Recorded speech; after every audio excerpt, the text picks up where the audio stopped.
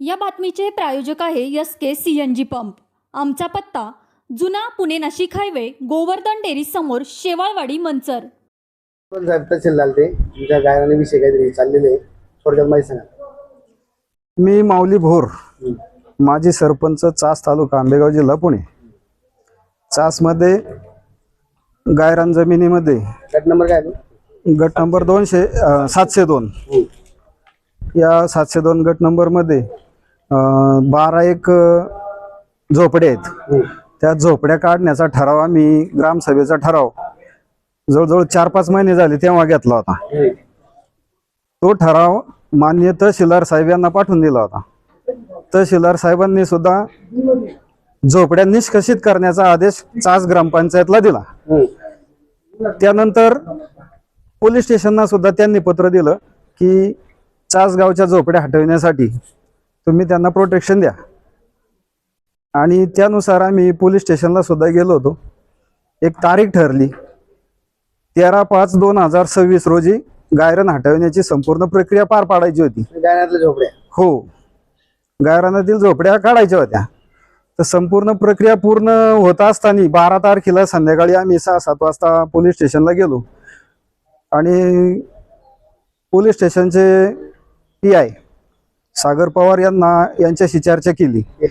API चर्चा केल्यानंतर त्यांनी असं सांगितलं की मस्त तुम्ही संपूर्ण प्रक्रिया पूर्ण केली, परंतु जोपर्यंत तहसीलदार किंवा नायब तहसीलदार या दर्जाचा अधिकारी त्या ठिकाणी उपस्थित राहणार नाही तोपर्यंत झोपड्या काढण्यासाठी संपूर्ण सहकार्य माझ्याकडून मिळणार नाही. आणि त्यानुसार आम्ही चर्चा करून तिथं थांबलो. त्यानंतर परत 9-9:30 वाजता त्यांना काहीतरी मेल आला असेल किंवा आदेश आला असेल SP ऑफिसवरून. तर त्यानुसार त्यांनी असं सांगितलं की तुम्ही 2.25 लाख रुपये पोलीस बंदोबस्तासाठी जो खर्च येईल तर तो खर्च भरला पाहिजे आणि त्यानंतर मग आम्ही तुम्हाला पोलीस बंदोबस्त देऊ. परंतु दुसऱ्या दिवशी आम्ही पैसे भरणार असं सांगितलं. ग्रामपंचायत मध्ये चर्चा केली तर ते म्हटले हे गायरान कलेक्टरच्या नाव आहे, जागा सरकारी आहे, ते फक्त गायरान आपल्याकडे सांभाळायला आहे, देखरेख दुरुस्तीसाठी आहे. आणि देखरेख दुरुस्तीसाठी असून ह्या झोपड्या काढण्याची तरतूद, खर्चाची तरतूद याच्यात काही केलेली नाही. त्यामुळे खर्चाची काय आपण पूर्तता करू शकत नाही. त्यानुसार दुसऱ्या दिवशी 13 तारीख उगावली. 13 तारखेला गोडेगाव पोलीस स्टेशनचे API सागर पवार हे गावामध्ये आले, झोपडीधारकांकडे गेले. झोपडीधारकांकडे गेल्यानंतर त्यांना काय त्यांच्याशी चर्चा केली ती केली. आणि आम्हाला नंतर कळलं ग्रामपंचायतमध्ये का पोलीस आले. ते पोलीस आल्यानंतर मग असं कळल्यानंतर मग सरपंच, ग्रामसेवक, सर्व सदस्य, गावकरी, माजी सरपंच हे सर्व क्लार्क वगैरे सर्व ग्रामपंचायतचे कर्मचारी आणि आम्ही संपूर्ण तयारीनुसार शूटिंगसाठी कर्मचारी घेऊन गेलो, JCP घेऊन गेलो, मोजणीची कप्रत, पंचायत समितीचे विस्तार अधिकारी, महसूलचे तलाठी आणि ग्रामसेवक हे सर्वजण आम्ही त्या ठिकाणी गेलो. त्या ठिकाणी गेल्यानंतर यांनी त्यांच्याशी संपर्क साधला नाही आणि पोलिसांनी यांच्याशी संपर्क साधला नाही. दोघजण एकमेकाकडे पाहत राहिले. यानंतर थोडस काहीतरी चर्चा झाली सरपंच आणि ग्रामसेवक यांच्यात.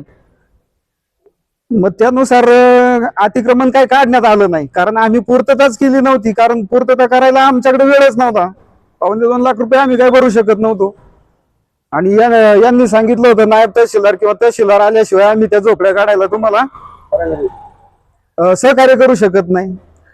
त्यानुसार मग नंतर पवार साहेब निघून गेले आणि सरपंच, ग्रामसेवक निघाल्यानंतर संपूर्ण जे ताफा तिथं गेला होता अतिक्रमण हटवण्यासाठी तो पण निघून आला. परंतु त्या दिवशी जरी कारवाई झाली नसली तरी गावकरी काही शांत बसणार नाही. ती जागा गोरगरिबांच्या, गावकऱ्यांच्या हितासाठी, सार्वजनिक प्रयोजनासाठी, ती काही कोणाला घरं बांधण्यासाठी नाही किंवा रहिवासी नाही. झोपड्या तर नाहीच बांधायच्या आणि त्यामुळं गावकऱ्यांनी असं ठरवलेलं आहे का हे अतिक्रमण काढल्याशिवाय आपण गप्प बसायचं नाही. आणि जर हे कारवाई जर नाही झाली तर गावातून कोणीही हायस्कूलमध्ये आपली मुलं शाळेला पाठवायची नाही, कारण तिथं दहशत आहे. आणि दहशत असल्यामुळं लोकांनीच ठरवलंय का आपली मुलं ह्या संत ज्ञानेश्वर विद्यालयात ह्या हायस्कूलमध्ये पाठवायची नाही. त्यानुसार 5वीचे आता ऍडमिशन चालू आहेत, ऍडमिशन फार कमी आणि आमचं हायस्कूल बंद पडायला कारणीभूत जर अतिक्रमण नाही काढलं तर हे संपूर्ण प्रशासन राहील. आताच आम्ही साहेबांशी चर्चा केली, तहसीलदार साहेबांच्या कॅबिन मधूनच मी बाहेर आलेलो आहे. साहेबांशी चर्चा केली, ते म्हटले प्रांतांशी आणि मी चर्चा करतो आणि नायब तहसीलदार किंवा मी स्वतः त्या ठिकाणी अतिक्रमण काढण्यासाठी यायचं का नाही हे ठरवू आणि 2 दिवसात तुम्हाला अतिक्रमण काढण्यासाठी तुम्हाला कळू. तुमचा फ्लॅट, घर, बंगला, व्यापारी गाडे, दुकान, जागा, शेतजमीन, प्लॉट्स विकायचे आहेत का? विकायचे असतील तर आजच आमच्याशी संपर्क साधा.